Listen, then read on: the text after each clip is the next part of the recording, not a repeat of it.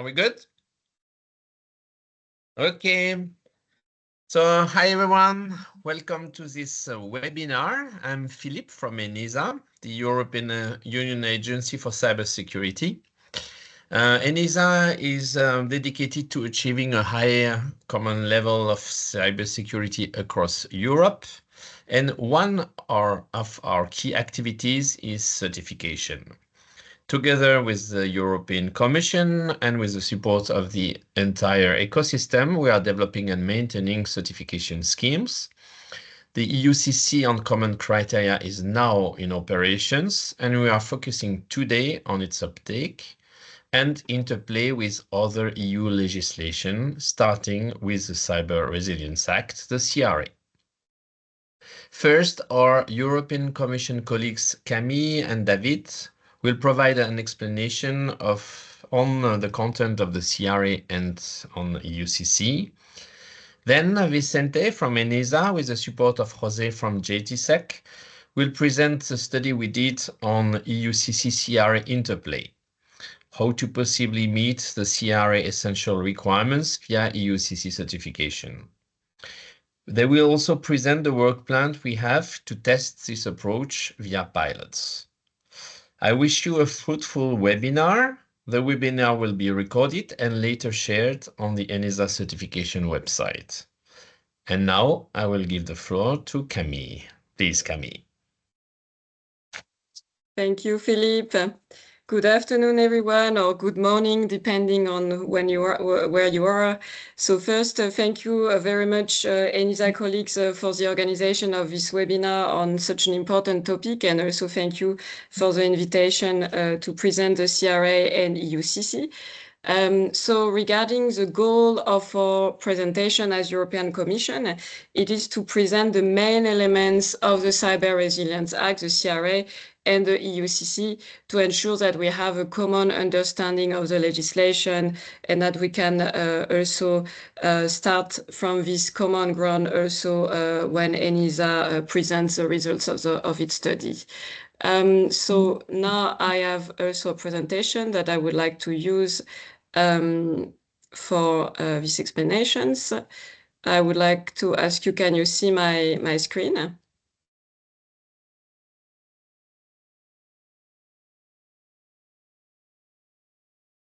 Camille, we can see it now. We see it. Perfect. Okay, super. Thank you. So now going into the details of the CRA content. So this is a slide representing a cheese that we like using at the European Commission because it's actually quite an accurate representation of what the CRA aims to achieve. So the rationale for the CRA is that Europe is only as strong as its weakest link. So what we want to do is to create security throughout the whole value chain. We want to ensure that all products with digital elements have an adequate level of cybersecurity. Hence, you can see here all these little workers trying to fill the holes, fill the gap, to ensure that there is this security across the value chain.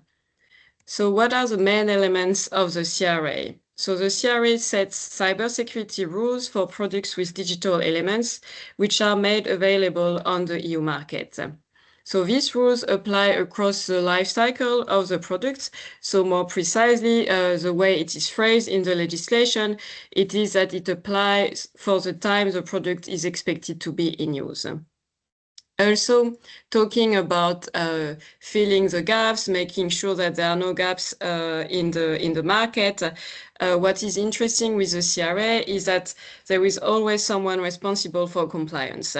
So in many cases, it will be the manufacturers, but it could also be the importers or the distributors. So the CRA, besides these cybersecurity essential requirements, also contains reporting obligations, and I'm going to give a bit more details on this point later on. And it also contains provisions relating to conformity assessment and market surveillance. So now regarding the timeline of the legislation. So the legislation has already been adopted some time ago, and it entered into force actually last December, but it has not yet entered into application. It will enter into application on the 11th of December 2027. So we are now in the transition period where we are working hard to make sure that the implementation is successful, that everything is ready on time. There is just one notable exception, which is reporting obligations, which will enter into application on the 11th of September 2026. The CRA itself actually fits into a broader framework of EU legislation, which is the new legislative framework. So not all of you might be familiar with this concept, especially if you're actually following us from far away, maybe not in Europe. So what is the new legislative framework? Well, it is a product legislation which traditionally is focused on product safety. So we have quite a few pieces of NLF legislation in Europe, and actually most of us in Europe, when we are surrounded by products which are subject to this kind of legislation, for instance, one could think about the low voltage directive, which concerns the safety of domestic appliances such as toasters, ovens, vacuum cleaners. But here what's interesting with the CRA, it is that it expands this approach to cybersecurity. So it's not only about, this framework is not only about safety anymore, but also about security. So following the logic of the new legislative framework, in order to make a product available on the EU market, manufacturers need to comply with the essential requirements on cybersecurity, which are in the CRA. And then they get the CE marking that you can see here on the slide, and that you might have seen actually on many products which are on the EU market. Here it's important to underline that the CE marking, it's not only for hardware products, but also for software products, because the CRA also applies to software. So this software products will also bear the CE marking. In terms of scope, the CRA has a very broad coverage, actually. So it covers not only hardware products, as I mentioned, but also software products. It also covers components if they are made available separately on the market. And also an important point, especially in light of the compliance with of the interplay between EUCC and CRA, the CRA also covers the remote data processing solution which are associated with this product. So for instance, if you have an IoT device, which itself rely on an app that you have on your smartphone, for instance, and which has maybe also a cloud solution, then this remote data processing solution part is also covered by the CRA, needs to comply with the requirements, even if we are also drafting guidance on where the product starts and where the cloud services begin, because indeed this is also something that could be clarified here. When it comes to the products that fall outside of the scope, so it's a few ones. We are talking about non-commercial products.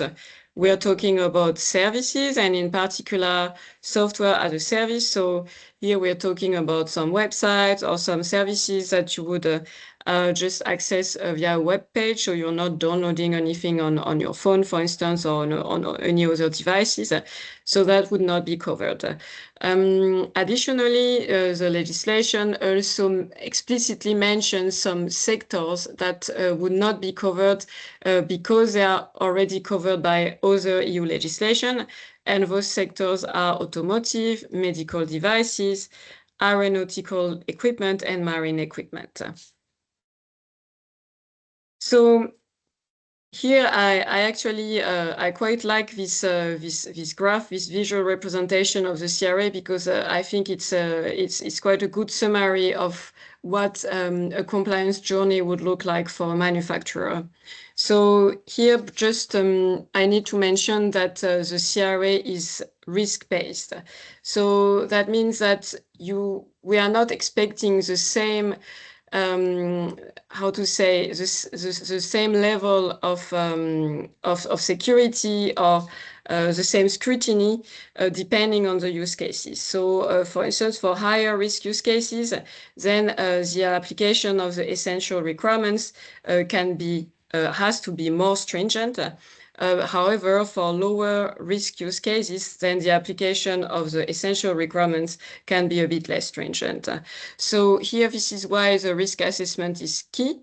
This is the first step for a manufacturer, is to have a look at the product and see, based on the intended use of the product and the reasonably foreseeable use, where the risk lie and which essential requirements apply, because those cybersecurity and essential requirements might not all apply to all products. This is a given.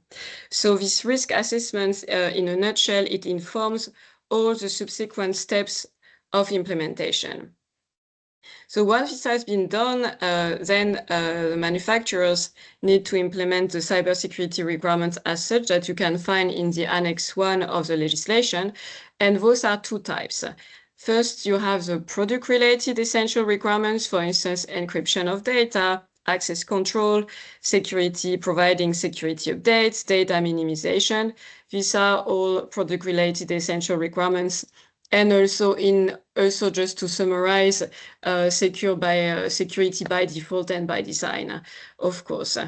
And then on the other hand, you also have vulnerability handling essential requirements, which are process-related requirements, which for those requirements, they apply throughout the period during which the product is expected to be in use. So it's not only it's not only when the product is made available on the EU market, but this vulnerability handling requirements will apply throughout this whole period of time.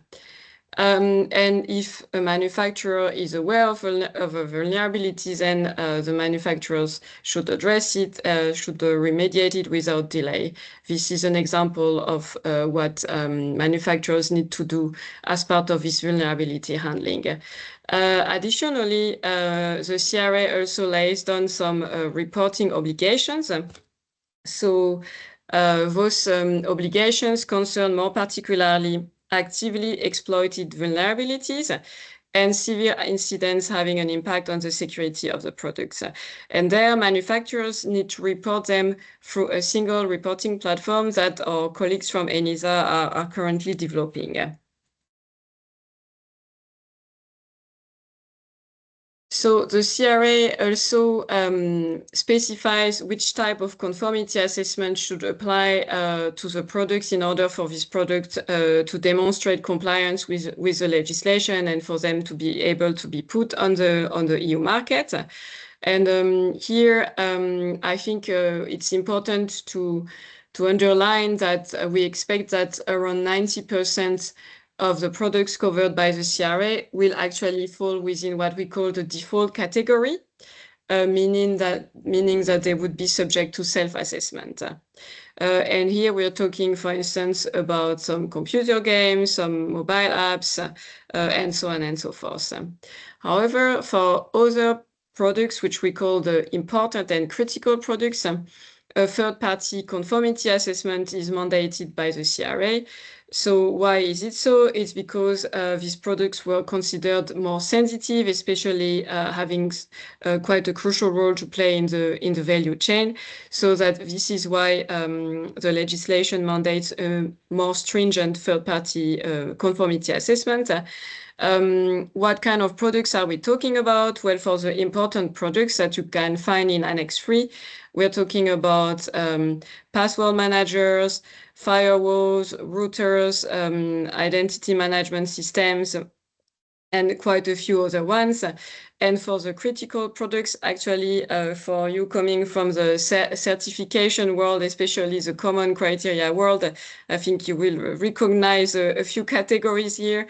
The critical products are the smart cards, including secure elements, the smart meter gateways, and the hardware devices with security boxes. And so all of these products need to go to a notified body, so a third-party conformity assessment body, with the exception of the important products class 1, where the application of harmonized standards allow them to go through self-assessment. So, but only if those harmonized standards are applied. And when it comes to free and open source software, so here it's a bit of an exception. Self-assessment is generally the rule unless those products are categorized as critical products. And here the rationale for this is that free and open source software products would generally be subject to a higher degree of public scrutiny already.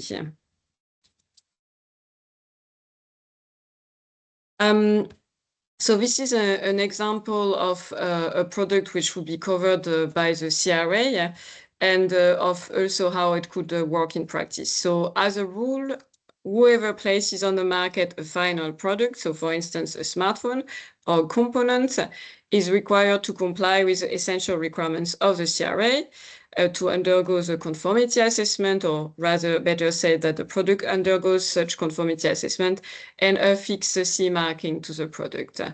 So this is a case even if the product also contains components which might be developed by the manufacturers themselves or outsourced. So in this case, you see, for instance, that the manufacturers might manufacture themselves the screen, the battery, the camera, and might incorporate, might outsource other types of products, of components, such as chips. But in any case, the whole product is subject to the CRA risk assessment.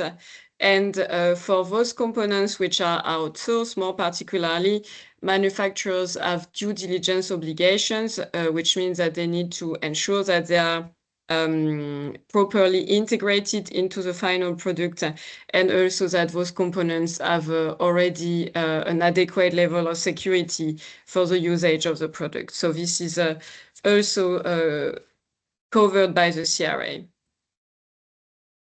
So now the CRA legislation relies quite heavily on standardization, and I would like to talk a little bit about the ongoing work.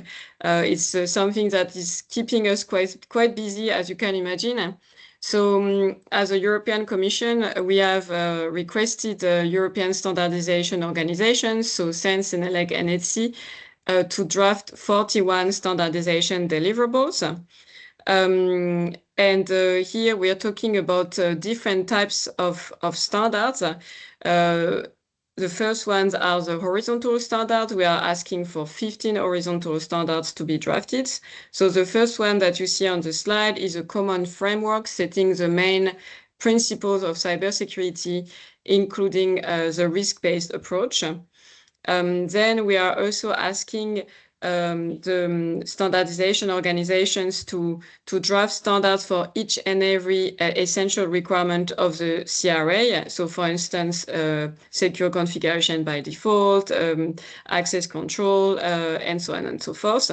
And of course, we also have a standardization deliverable for the vulnerability handling essential requirements.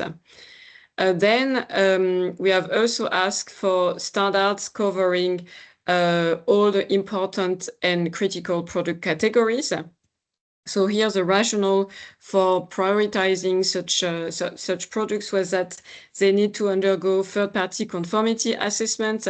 So hence it is important to have the standards in place when the CRA enters into application, and actually even before this. So this is here a representation of the ongoing work and also of what we have asked for with the deadlines. So we expect this common framework that I mentioned earlier, setting the main principles of cybersecurity, to be ready in August next year, together with the standardization deliverable on vulnerability handling. Not very long afterwards, a few months afterwards, in October 2026, standardization organizations should issue the standards relating to the important and critical product categories. So those are the product-specific standards that are going to grant presumption of conformity. So that's why it's particularly important to have them in place, well, at least a year before the CRA enters into application, because precisely through this Type C standard, these product-specific standards, manufacturers will be able, by applying them, to get a presumption of conformity with the requirements of the CRA. However, we are also fully aware that there might be that there is a need also for additional standardization deliverables. I was mentioning earlier that the CRA has a broad coverage. Hence, and we know actually that some sectors are already working on their own standards to potentially comply with the CRA. So we are definitely envisaging some additional standardization requests in the future to cover additional product categories.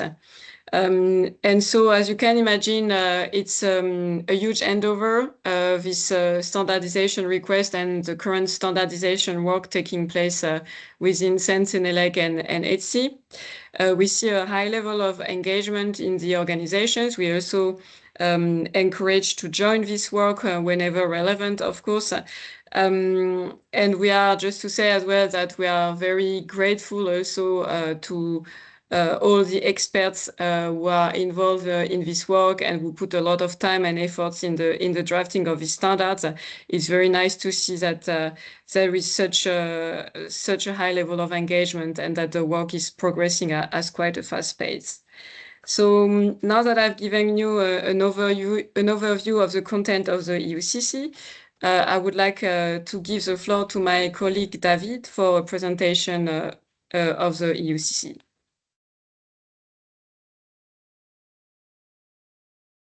Thank you, Camille. Now I will give you an overview of the EUCC Cybersecurity Certification Scheme. EUCC stands for European Union Common Criteria-Based Certification Scheme. It is a voluntary scheme established under the EU Cybersecurity Act, officially known as Regulation EU 2019-881. The EUCC scheme applies to ICT products and protection profiles. It follows the structure of the international recognized common criteria standards. And there are two assurance levels. The first one is substantial, which corresponds in common criteria to IVA 1 to 2.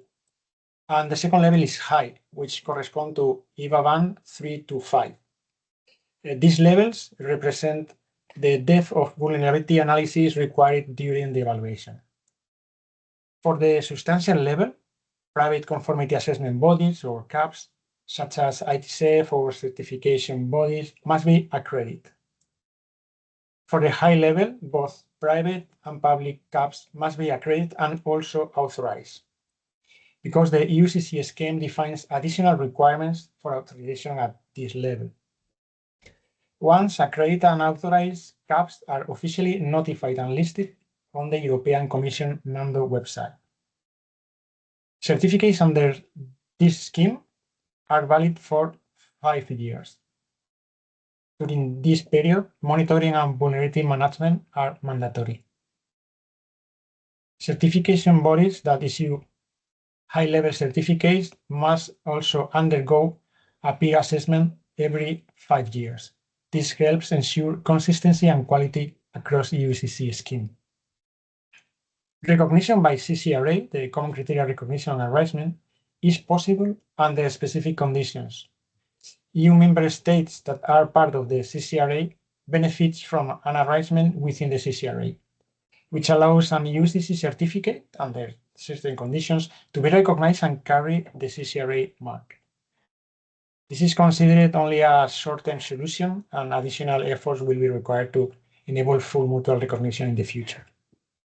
Finally, the EUCC scheme includes ongoing maintenance of two types of documents: state-of-the-art documents, which are mandatory, and guidance documents, which are voluntary and support the implementation.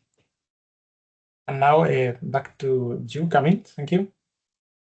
Thank you, David. So now when it comes to the interplay between the EUCC and the CRA from a legal standpoint, actually Article 27 of the CRA already gives you an indication of what is envisaged. This article stipulates that products certified pursuant to a European cybersecurity certification scheme, such as the EUCC, should be presumed to be in conformity with cybersecurity requirements of the CRA. How could this work in practice, or what is needed also for this to work well? The CRA also also gives an empowerment to the Commission to adopt a delegated act to trigger this presumption of conformity for a specific scheme. So, for instance, saying that this presumption of conformity can work for the EUCC scheme, which is our first and only for now European cybersecurity certification scheme. The European Commission can also, in this delegated act, this is something that is actually quite well explained in a recital of the CRA, can specify some conditions on how this presumption of conformity can look like in practice. And another way to get the presumption of conformity with the requirements of the CRA is also, as mentioned earlier, the application of European harmonized standards. So this is also another path that the manufacturer can take. Now, when it comes to the delegated act that would trigger the presumption of conformity of a product, a certified product, with the requirements of the CRA, I would like to say that this is certainly an empowerment that we intend to activate, and we are also looking into how to make this work in practice. This is something that we are working on also together with the ENISA colleagues, and that's why we strongly support and welcome the ENISA's plans that I think Vicente is going to explain a little bit later. So we strongly welcome these plans, these future plans also to make this interplay work in the future. Thank you very much. Okay, thank you, Camille, for your presentation. So 1 second, let me start sharing my slides.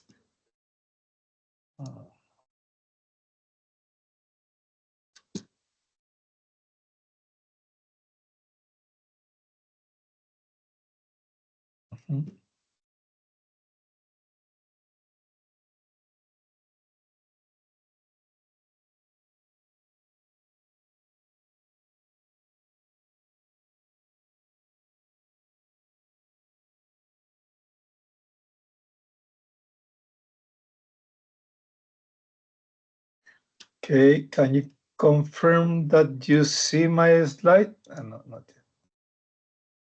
Yes. Okay, so first, thank you everyone for joining. This is an ENISA organized event, and thank you for joining today. And also thank you the Commission, thank you Camille, thank you David for your presentations today. So today, what we want to present is the study that we have developed. So this study on the CRA interplay with the EUCC was a request done by the Commission already in 2023, 2 years ago. So we started the study with the support of Jose Pulido, that will do the technical part of this presentation. So he will present later. And I have to thank you, Jose, for all the great effort on this report. Okay, so we started this on 2023, and in November we have started with a first draft of the study, and we had a workshop with different stakeholders. So by that time we were working on still draft versions of both regulation on the EUCC. We didn't have the final implementing act by that time either, not either the Cybersecurity act. So we were working in these draft versions, But as this workshop in November, we already got some very good feedback from the different work groups that we have. And I want to explain a little bit what are the big stakeholders and work groups that we have in ENISA for the feedback. No? So, and the ones that provide us feedback, and you can see in the slide, by July 2024, we had a really more final draft that was shared, and then we got this feedback from them. So the first group, that is the ECCG, so European Cybersecurity Certification Group, is a group made or composed by member states. So each member state and do need to have an appointment National Cybersecurity Certification Authority. This is the way we work in Europe, and this is come by the Cybersecurity Act. That is the legislation that establishes the development of European cybersecurity scheme, certification schemes. So this European ECCG, European Cybersecurity Certification Group, the national cybersecurity certification authorities appoint the expert that joins and represent the member state. Then the second big important group that we have and collaborate with us in this study is the stakeholders on cybersecurity certification group. There was a call around 2021, 2022, where the people applied to be part of this group. And here, if you can see the pictures of the organizations and also the companies, we have very big organizations and companies. So you can see EXO, Eurosmart, SMIC, Orgalim. Also, we have observers from Etsy, Sensenelec. And then we have big companies, Siemens, Epson, Oracle, Cisco. So all these, and actually the ones that are in the picture are the ones that provide feedback to this first version of the study. So we have addressed the feedback, and then in September 2024, we received the last feedback, and we do the update. So by the time we did the update, we finally had the final versions of both of the CRA and the EUCC. So we do the address and changes with the last versions. And then, I'm sorry, there's a typo in the slide. In January 2025, we published the final version in the website. Also, I didn't mention in the slide, but in the workshops, we did also some feedback with head of working groups. In ENISA, when we develop a scheme, a European scheme, we create head of working groups of experts that collaborates with us on the development of this scheme. So in that date, we had a workshop with the members, with the people of the groups of the development of the EUCC, UCS, and U5G, that were the schemes that were under development at that time. So I have to thank you now to all the collaborators that give us feedback to the development of this study. And so all these companies and all the people that join the head of working groups that are supporting us on this task. Okay, so then I'm saying we publish the certificate. We publish the study. So where do we publish? And as this presentation maybe from people from abroad Europe, you may not know that in ENISA we have a specific website for certification. So here you have the address, the URL of certification.enisa.europa.eu. So I invite you to join this website where you can find the study, and actually I invite you to read the study.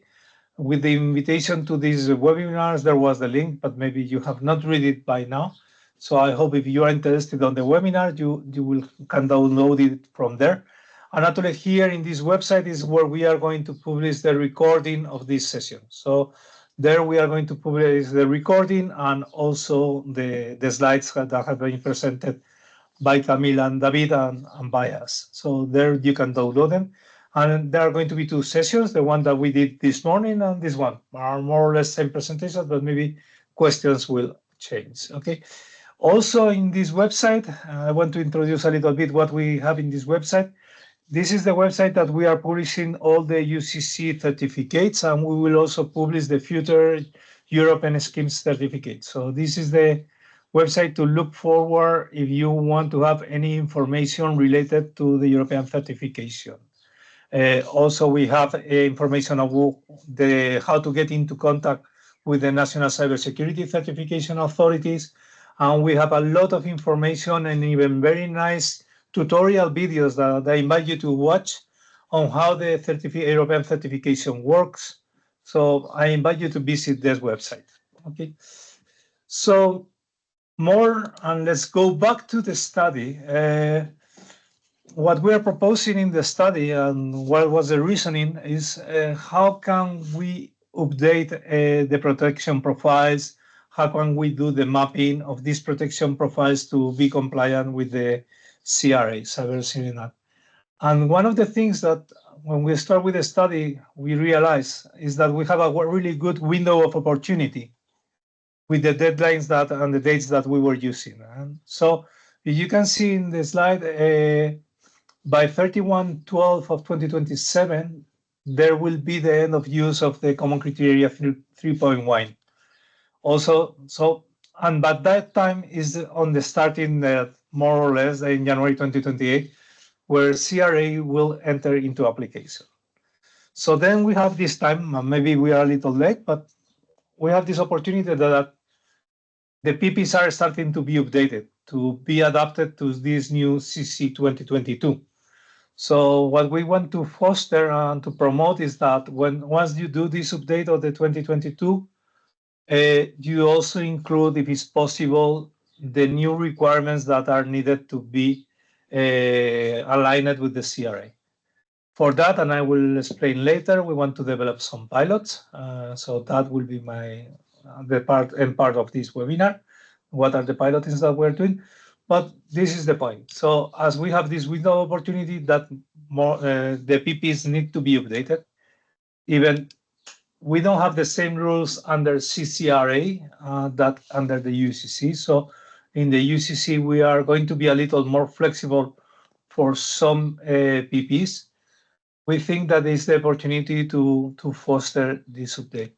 And why, and the reasoning of why we think we want to push on the update of the PPs and taking the window of opportunity is because of this slide and how the market is using the PPs when they go for, say, common criteria certification. So we have done this study that raised that 76% of the products that are certified are done using protection profiles. And then also we look into, okay, protection profiles, but what protection profiles and how these protection profiles are related to the classification of the CRA. And on the study, we raised this point and we share with Commission. So they are now taking a look into it because the protection profile that is more used is the hard copy devices. And hard copy devices is in the non-critical, non-important category. So it's one of those categories that will not need to go even not to third-party assessment, but is done by common criteria. So actually, this is a thing to address, maybe to discuss inside the CRA for the future classification. Okay.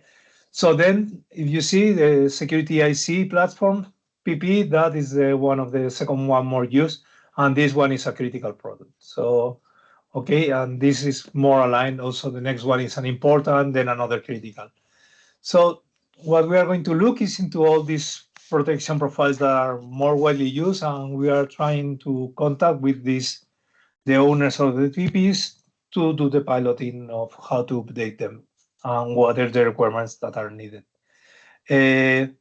So on this, now I give the floor to Jose Pulido, that again, thank you for the really good report and because of his very good technical knowledge on the work. And the floor is you, Jose, and I give you the slide. Thank you very much, Vicente. Thanks for the introduction and for your acknowledgement. Well, I will continue explaining some key aspects of the report that we elaborated together. Of course, the support from ENISA, Vicente, Philippe, etc., was quite important to develop this work.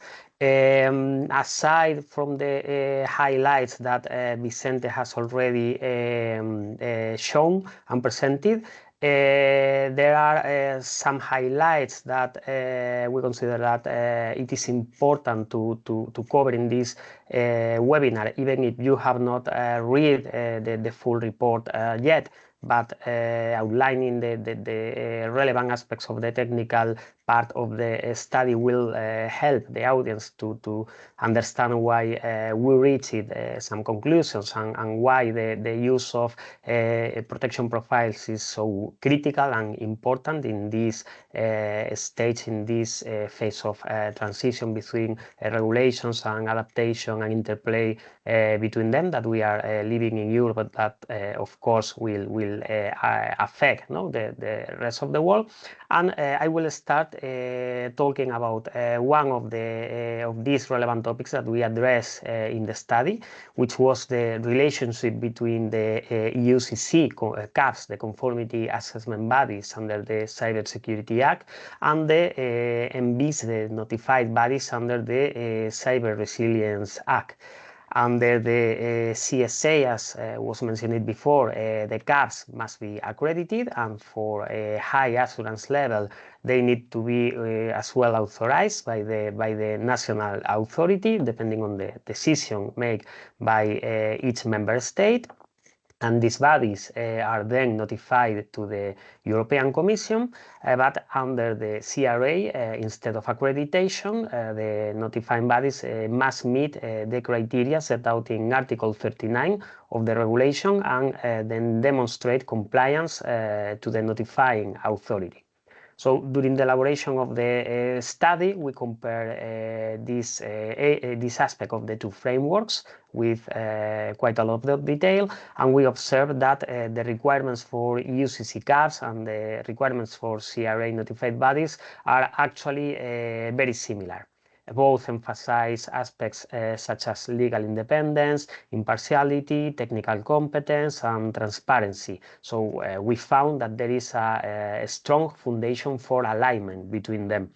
In addition, both systems draw from the ISO 17065, which defines general requirements for those bodies certifying products, issuing certificates, and this means that EUCC CAPS are already operating under this scheme, and they are already well positioned to meet the expectations set in the CRA for notified bodies with minimal adjustments, maybe. And this opens up the possibility for a dual role in this ecosystem, which will be the EUCC CAPS that potentially could also operate as notified bodies under the CRA.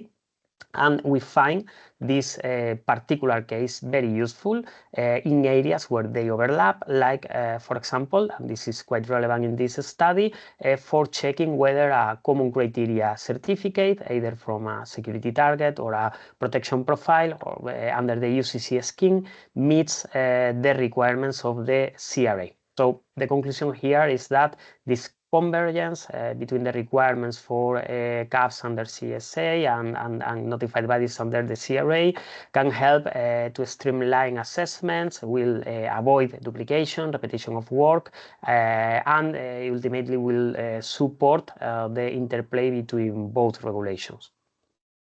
Next slide, please, Vicente.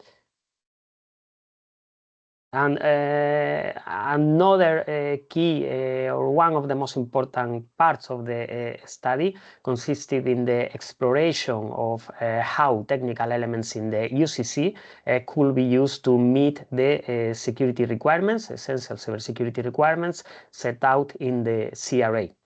The requirements in CRA Annex 1, Part 1, mainly refer to security functions that need to be implemented in the product with digital elements or security properties not so functional to be exhibited by the product. And the majority of these, according to the findings of the study, can be met by SFR, security functional requirements, present in Part 2 of the Common Criteria Standard, They can be, in some cases, deemed as equivalent, or for non-functional related requirements, such as secure configuration by default. It is also possible to find security assurance requirements, SARs, in the Common Criteria Part 3 that will model requirements similar to some of those in the CRA. And with the assurance provided during a third-party evaluation carried out under the EUCC by an ITSEF, it could be demonstrated that the SFRs and SARs that are met by the TOE will lead to meeting as well the CRA requirements that are equivalent according to the mapping elaborated in the study. So the ENISA report includes a proposal for mapping between these two sets of requirements, CRA and EUCC, and it is quite important to underline that the mapping is not unique, it's not one-to-one. Sometimes the same CRA requirement could be met through different combinations of SFRs and SARs in common criteria. It is also important to mention that some of the CRA essential requirements cannot be met by other requirements that already exist in the CC standard, and it was necessary to define, to propose ad hoc requirements using the common criteria extension mechanism as extended security requirements, either functional or assurance. An example that we will present later is that related to the minimization of data requirement. And also when it comes to the requirements in CRA located in Part 2 of the Annex 1, EUCC incorporates already certain obligations for the manufacturers on vulnerability management and reporting, and they overlap to some requirements in CRA in that Part 2 of the Annex. And moreover, the EUCC patch management with its technical mechanism, which is optional, serves or could work also to directly meet some of the requirements related to security updates or security patches of the product. Next slide, Vicente, please.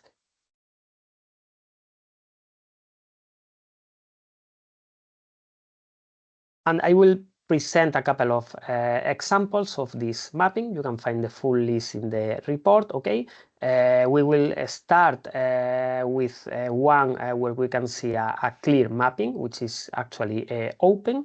Just to mention that during the elaboration of the study, we carried out an in-depth analysis for each of the essential requirements in the regulation. I mean to identify these mappings, these correspondences with the EUCC technical elements, and we captured them in a summary table in the main body of the report, but also a comprehensive and more exhaustive list in the annex, where we provided an analysis alongside with the results as an outcome which will result in the proposed mapping. So as I was saying, in many cases, we could find a direct correspondence between the requirements in the CRA and SFRs and SARs, or both, within EUCC. In some instances, the correspondence was flexible, and it allowed with the selection of different options within EUCC. So, for example, for the requirement 2F of Annex 1 of CRA, which mandates the protection of the integrity of data handled by the product with digital elements, protection for the data that needs to be in place either when the data is at rest, when it is in transit, or while it is being processed. So depending on the vertical technological scenario and the outcome of the cybersecurity risk assessment carried out during the initial stages of the CRA, one or more SFRs from the common criteria could be selected depending on the needs to meet this requirement. And for instance, in those TOEs that claim integrity protection for the stored data, for example, the SFR FDP SDI.1 will directly address the requirement. In other cases where the data integrity must be preserved during transmission of the data. For example, between the DOE and external entities, a variety of SFRs might be used. It's more open, so we can find those existing in the standard that model trusted paths with other IT elements in the environment, or between the DOE and administrators. But beyond the core of the CC standard, there are other ways to address this CRA requirement, and we could think, for example, of those extended SFRs and the related assurance activities that we can find in some protection profiles existing in the market. And as examples, we can quote those SFRs modeling secure channel protocols such as HTTPS, TLS, or SSH that we find typically in application software or network devices certified products. Next slide, please.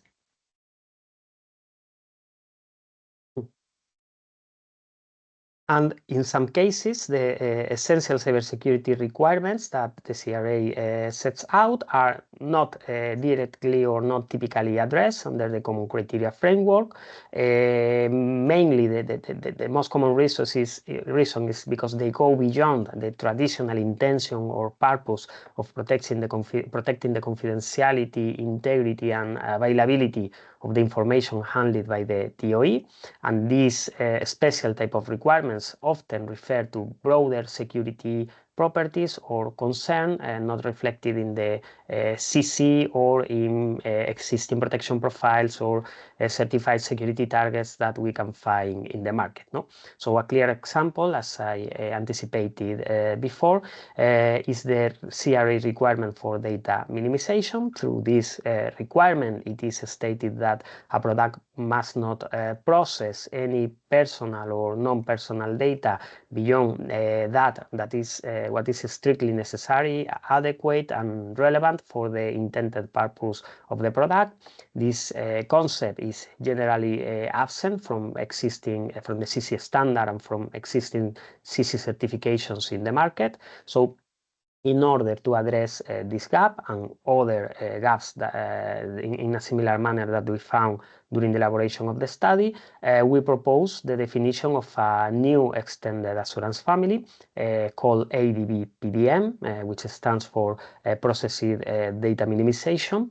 And this assurance component will require manufacturers to provide as evidence to the evaluation a rationale explaining how and why the product only uses that data that is strictly necessary in alignment with the CRA requirement.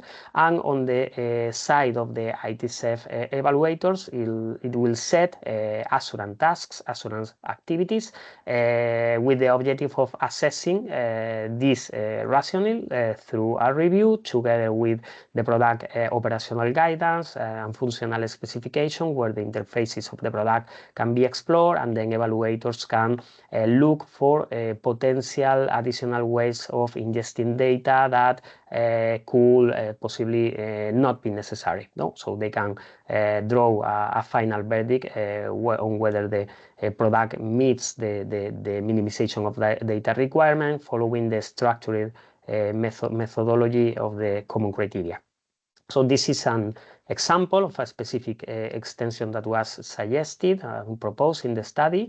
Other approaches could be also developed to achieve equivalent assurance, and also based on the results of the cybersecurity risk assessment of the manufacturer, the conclusion, the outcome might be that this requirement is not applicable at all in certain cases. Okay, so I'm thinking, well, depending on the nature and intended use of the product, but I'm thinking in examples like secure IC platforms, which are fully agnostic of the purpose of the data. So for those scenarios, we will need to think think either if the requirement is not applicable or if the risk is transferred to the upper layer, for example, the Javacar OS, etc. No? So it is a good illustrative case of a requirement that when it is needed, we could develop an extended component to work and evaluate it, or we could think of discarding it based on the risk assessment because it is not necessary at all or applicable. Next slide, please.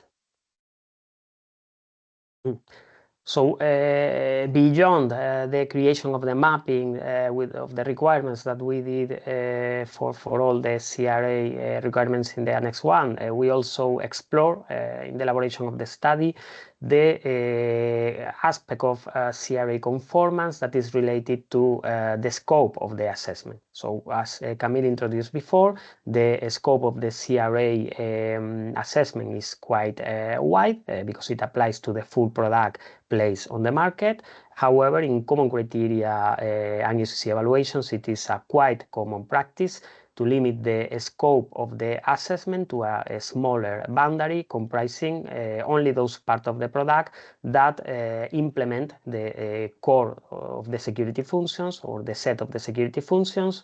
This is done in the industry for several reasons, such as reducing the attack surface or decreasing the cost and time required for the assessment in a way that the effort is focused on the parts of the product that implement the core of the security.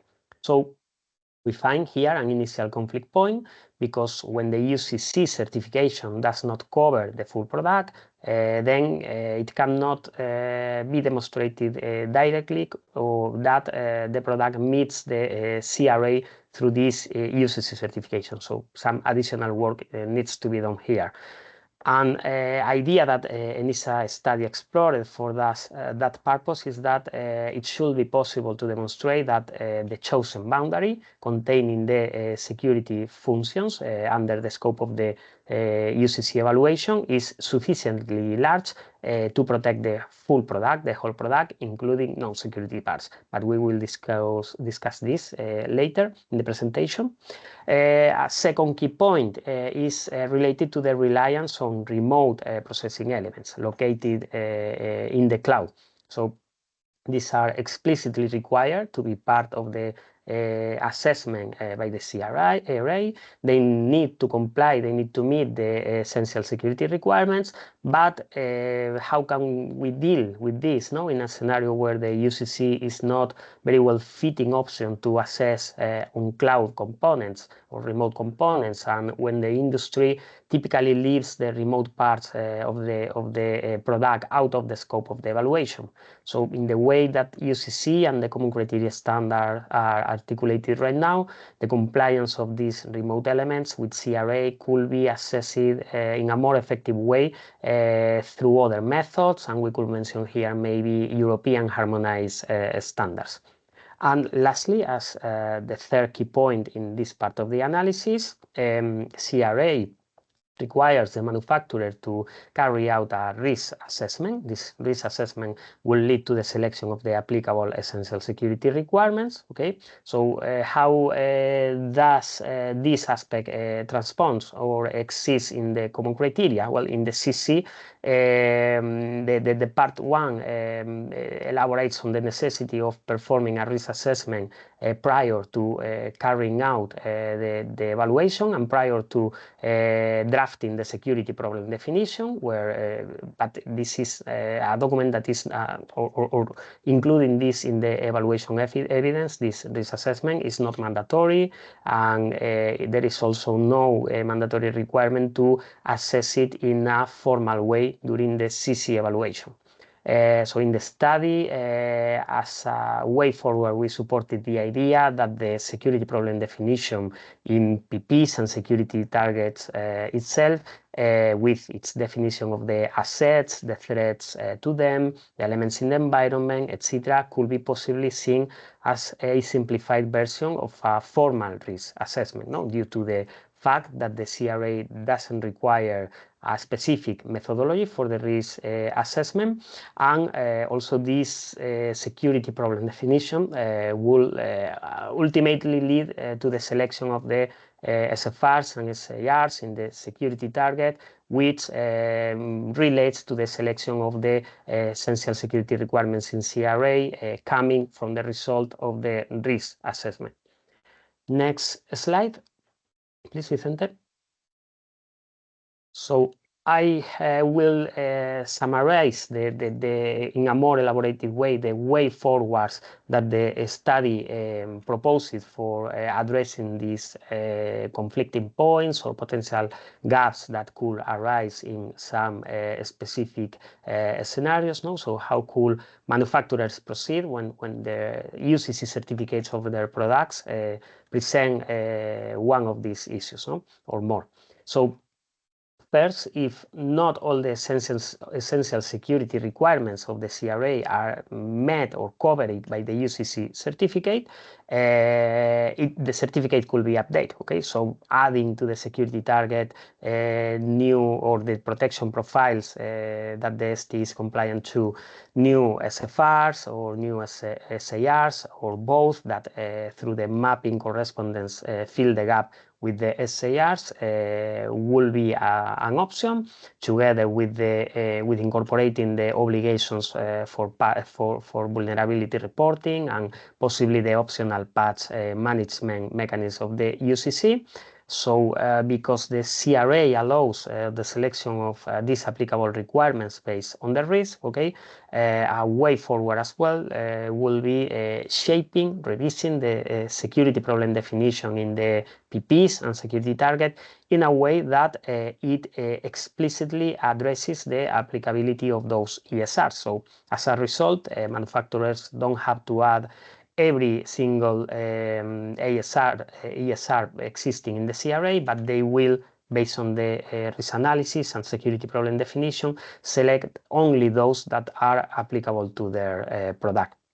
And when the gap is related to the scope of the TOE being smaller than the scope of the full product with digital elements, as required by CRA, sometimes, as we outlined before, it could be reasonable to make the scope broader in the CC evaluation, but in general, this practice will have a considerable impact in the certification, again in terms of time, effort, cost, etc.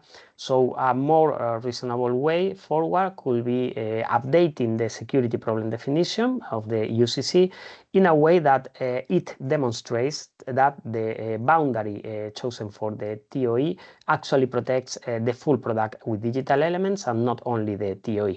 So in order to perform this exercise, we might need to appropriately identify the assets to protect, considering the full product, and demonstrating through the combination of threats, countermeasures, objectives, etc., that they are protected exclusively, solely by the security functions present in the chosen TOE boundary.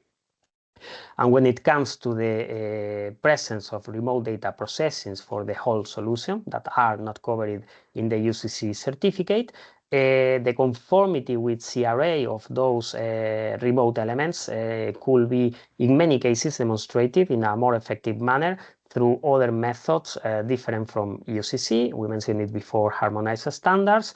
But what should manufacturers do from the perspective of the EUCC certification or the EUCC security target? Well, they can include in the scope of the EUCC assessment the securization, the function for securization of the communication channels within the TOE and the remote elements, okay, like with trusted path SFRs and with related SARs, and they should also place in the security problem assumptions and objectives for the operational environment that considers and establishes an axiomatic security baseline for the parts of the product that are located remotely on the cloud. Next slide, please, Vicente. And coming back to the initial parts of the presentation, where Vicente showed with us how the industry behaves with regards to the use of protection profiles in the certifications. Okay, remember that more than 70% of the certifications were carried out using a compliance with a PPE, and among those protection profiles, around 70% as well corresponds to products that could be categorized as critical and important. Okay. And given the wide scope of application of the CRA, the huge variety of products, well, we explored that are under the scope of application of the CRA. We explored many options and had long and complex discussions within ENISA, and we ended up adopting a strategy that revolves around the use of protection profiles, and doing so based on this analysis seems to be both logical and effective, and I will give more details on why we have this opinion. No, so first, if the gap between some protection profiles and the CRA requirements for full compliance is small, then we can carry out an update through the standardization group, the technical community, etc., of the protection profile, introducing the mentioned elements in order to close the gap. So this could be an effective solution. No? So all the security targets claiming conformity with that already CRA compliant PP will be also compliant. It will be demonstrated during the evaluation with the CRA. And in this exploration of the certification landscape, the study also concluded that in the case of critical products, in general, the scope of the TOE matches the full scope of the full product, that there are not typically, or they are not very frequent, the presence of remote data processing elements involved in them.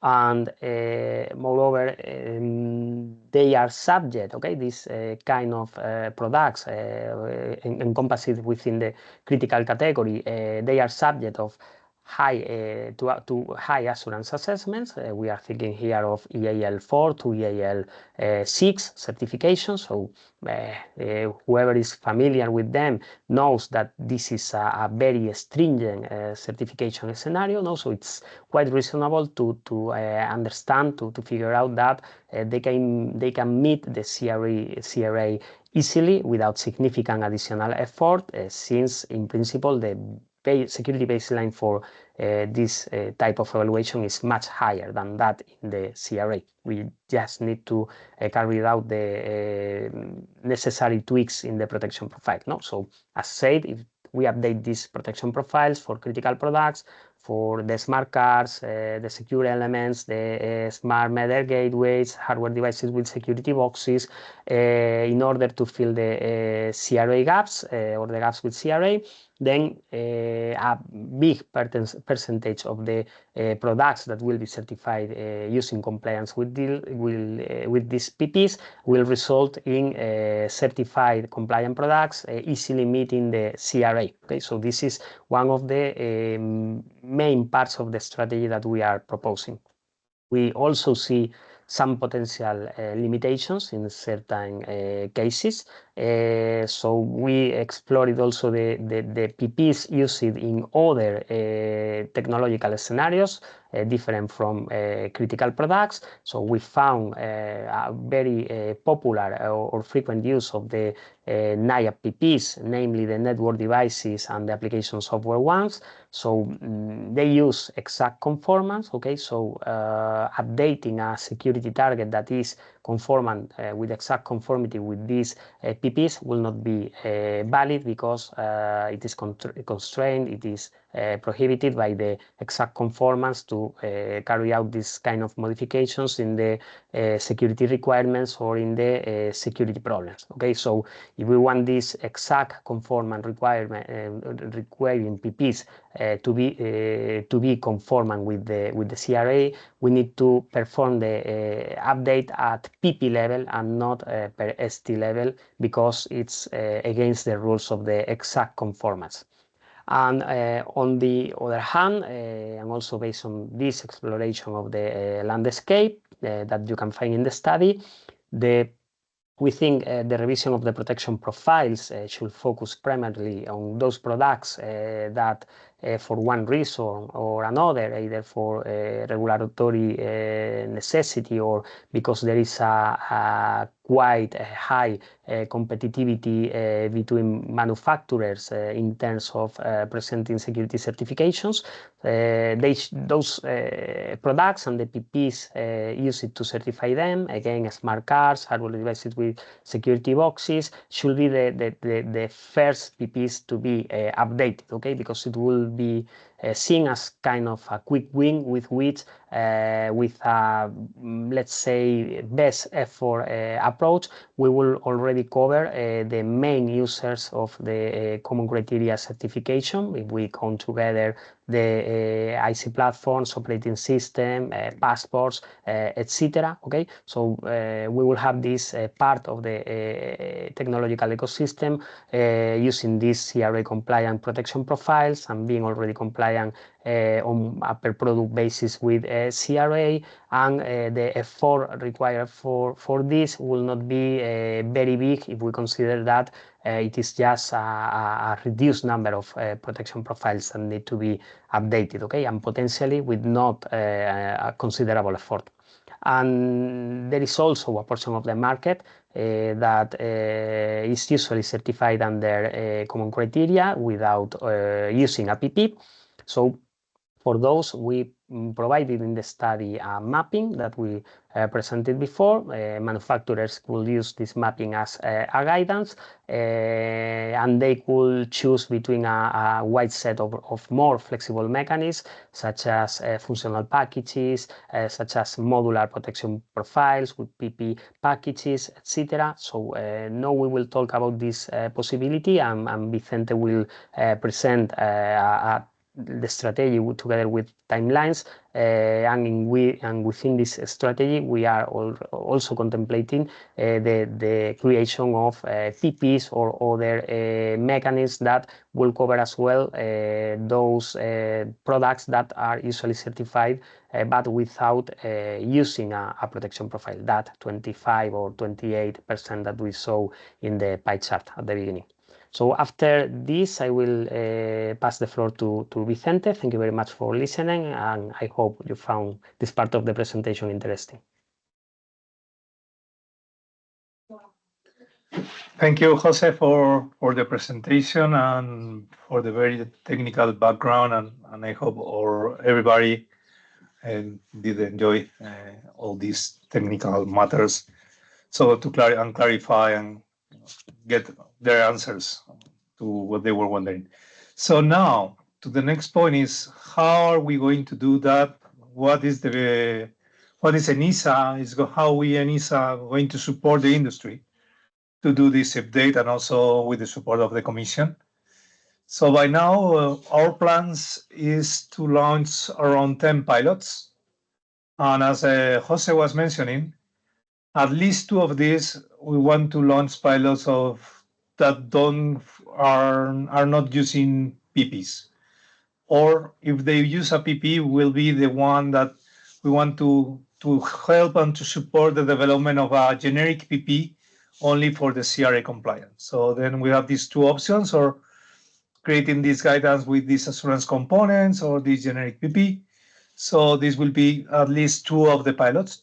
And then on the other 8 pilots, we will look, of course, as I was saying before in the slides with the market survey, we will look into the more wide use PPs, but also anyone that is an owner of a PP or is using a PP and needs our support. I invite you to get into contact. In the following next slides, I will present how to contact us and reach us so we can support you and also engage with you to see how these PPs can be updated, and all these functions and measures that we can address to do the update of the PP can be addressed. So what are we doing? And so of course the objective of us is clear, is with this study, what we want to do it is tested with the PPs and then convert the study into a guidelines. So then the next ones that need to do this update of the PPs can have these guidelines for the update. And then, of course, what I was saying before, do a proposal of a generic PP or a few generic, depending on verticals or the different categories. Provide a few generic PPs for the presumption of compliance on CRA, or also this package of SFRs and SIS. Okay, a little bit to be on the timelines of what we plan on our ENISA planning. No? So we just opening a tender and we are doing the opening these days. So probably we will have the award by the end of this week of a contractor that is going to support us on the liaison with all the industry and the different stakeholders on these PPs. Okay, so this will be done by the end of this week, and in 15 days after, we will do the kickoff on the contractor. Okay. After that, what we want with the contractor is we want to look into the stakeholders map. So that's why please contact us as soon as possible if you are using PPs, are interested in doing a pilot, or at least following the pilots and being to the loop of what we are doing, because actually our idea is to create a community. We will also, it's not in these slides, we are creating and we are starting with a tool for development with communities and engagement with communities. So actually we want to start using it also with these PPs and the EUCC CRA compliance. So Interplay.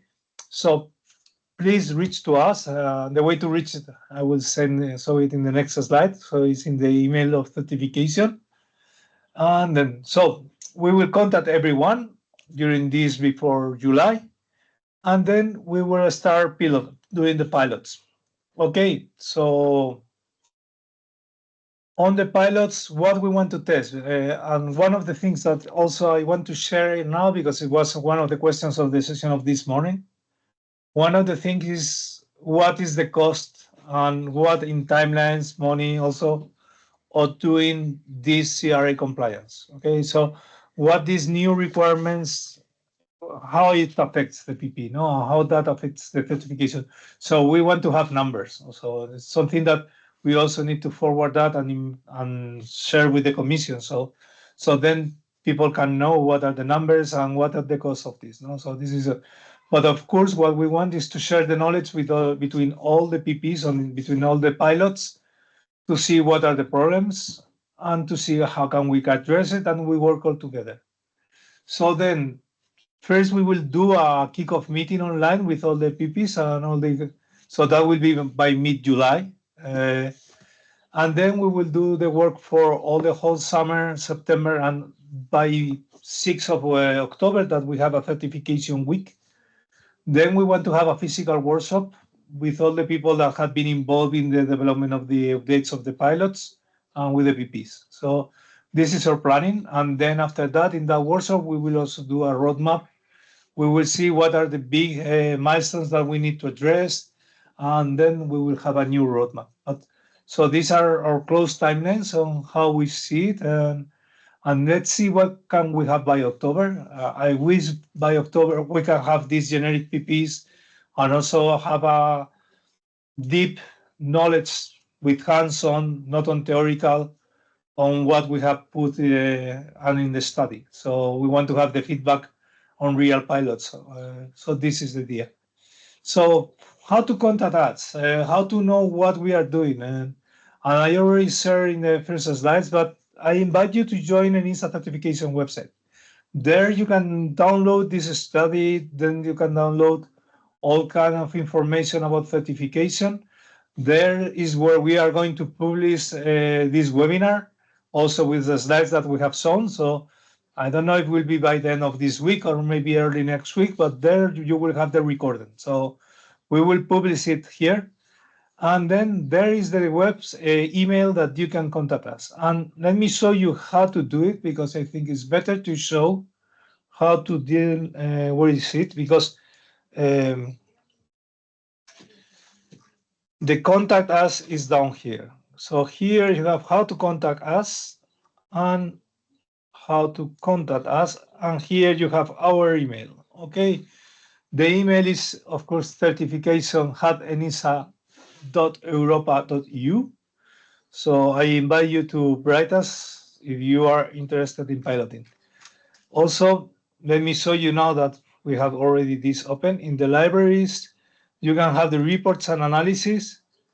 And here is the Cybersecurity. So here is the report that we have shown today and that Jose have presented with all the information. Here you can download the base document and also the annex with more mappings on the PPs. Okay, so I invite you. And again, there is also information on what common criteria, the wallet, how to become a CAP, with also many videos that can be very interesting. So I think with this, we finished today's presentation, and I want to thank you. I don't know what happened with it. Thank you all for joining. And let me have a few questions that were in the chat.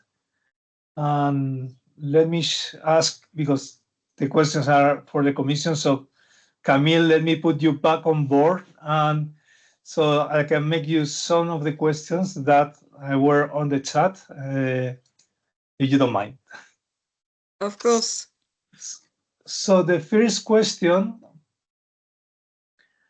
is, does the Cyber Resilience Act provide an official list or reference document detailing all types of products or equipment covered by its regulation, such as PLCs, industrial sensors, automation equipment, internet-connected devices? And does this list also specify category each product falls under, standard with digital elements, critical class 1, class 2, as defined in the regulation itself? Yes, so thank you, Vicente. That's a good question. So the CRA provides a definition of a product with digital elements in its Article 3. And based on this, a manufacturer can assess whether their products fall within the scope of the CRA or not.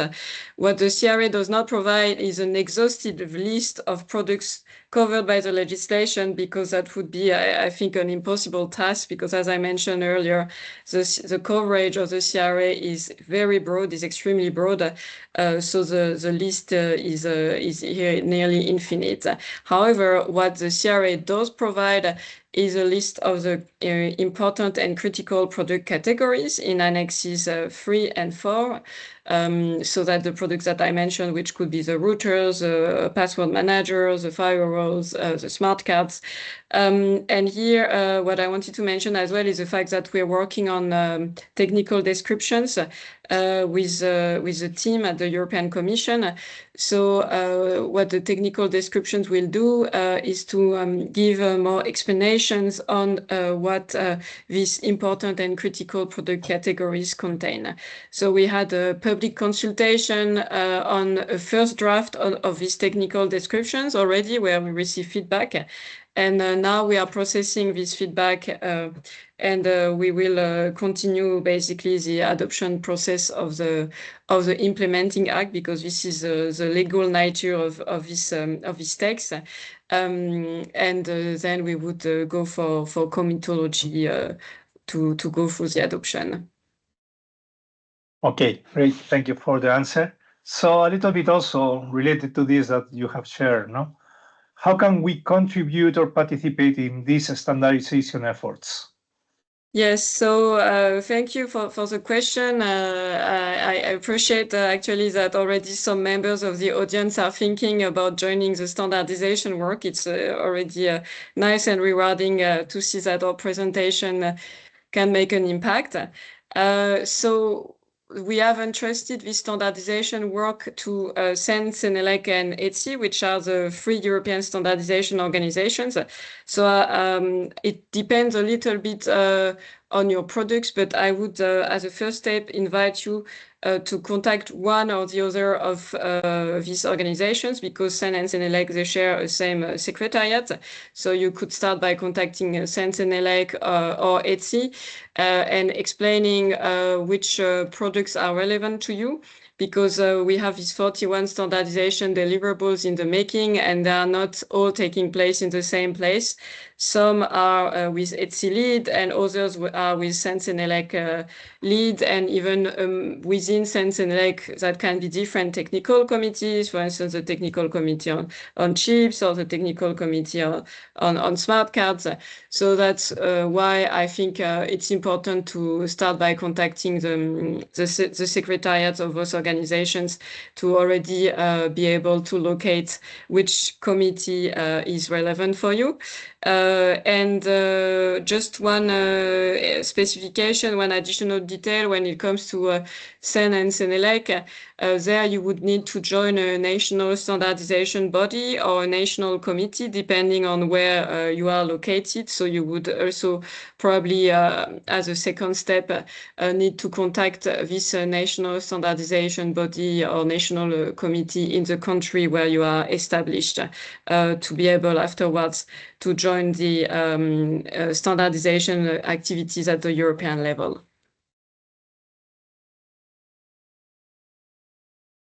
Okay, thank you. So also related to this certification, standardization works, there is a question, how do we know that with the tight schedule CRA is working with, none of the 41 standard deliverables will overlap? Yes, so that's also an excellent question. It's true, it is a challenging work that we are undertaking at the moment, where better said that the standardizers are currently conducting. And again, we are grateful to them for this. So the way it works is that we have this horizontal framework, which is in the making, which is at the moment the more advanced piece of standardization deliverable, and which can serve also as a guide for these verticals in terms of the structure and in terms of what these verticals should contain. So that's a first answer. And also to say that there are indeed also some actors which are in charge of checking that there is no overlap and that the whole framework is coherent. And we are one of them as a European Commission, because we will assess these standardization deliverables actually several times, each of them. So that's also where we can point to these inconsistencies if they exist. And we are also always encouraging the different technical committees to liaise with each other. So within Sensenelec or within ETSI or even across the European standardization organizations, if you see that your products, that there might be an overlap or that there is a connection with another product category, then it's always good to start discussing with the technical committee, which is in charge of this other product category, to have a look at what they are working on and what they intend to cover. So that's also a good way of avoiding the inconsistencies and the overlaps.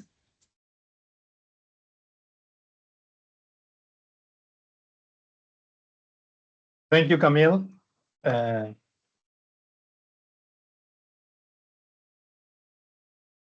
Okay, so one question for us, and then I'm not going to make the question to me, so I will make it to Philippe.